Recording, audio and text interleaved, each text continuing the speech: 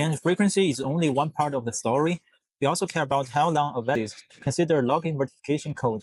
It may live for 90 seconds. A driver live location may update every few seconds. An order record could remain available for years. A payment transaction ID may stay important because accounting and audit systems continue using it. These fields have very different life cycles. Short-lived information often works well with caching and expiration. Long information needs stronger attention to storage, indexing, backup, and compatibility. So when we review a field, we should ask two separate questions. How often does the value change? How long does the information useful? Together, these questions the storage strategy. Now we move from business behavior into memory. Think of computer memory as a huge string of small storage locations. Each location has an address. A shared data type tells the computer how much belongs to a value. On common modern platforms, we can use this teaching model. char usually uses 1 byte.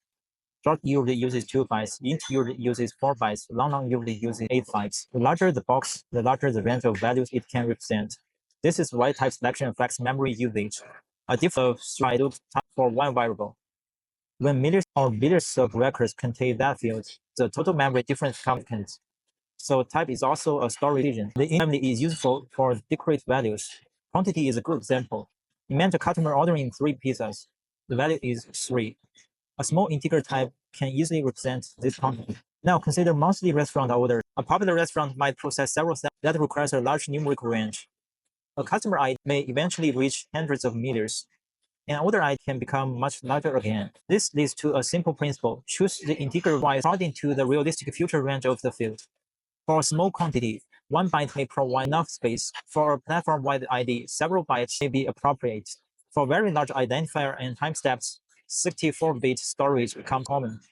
The type choice therefore includes a forecast about future scale. Look at an order ID. This generates this number. This is an 18-digit value. A typical size 32-bit int reaches 2.1 billion. Our order ID lies far beyond that range. A 64-bit integer gives us much more capacity. For example, this ID. The important concept here is overflow. Overflow happens when the value exceeds the range supported by its representation. For an order ID, an incorrect value can affect search, payment, reconciliation, refunds, reporting, and auditing. So range estimation is part of liability. When the field carries business entity, selecting enough numerical capacity becomes important. Now let's add another decision. Can the value be negative? A side integer supports negative values, 0 and positive values. And on-side integers uses the available bit pattern for 0 and positive values.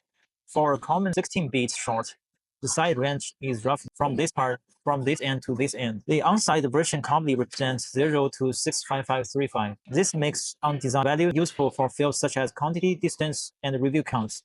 These fields describe non-negative values. For example, undesigned short monthly order equals to 12,000. The type communication part of a business meaning to other developers. Validation still has an important role because it can convert values in ways that produce surprising results. The type presses the domain, while validation protects the actual input.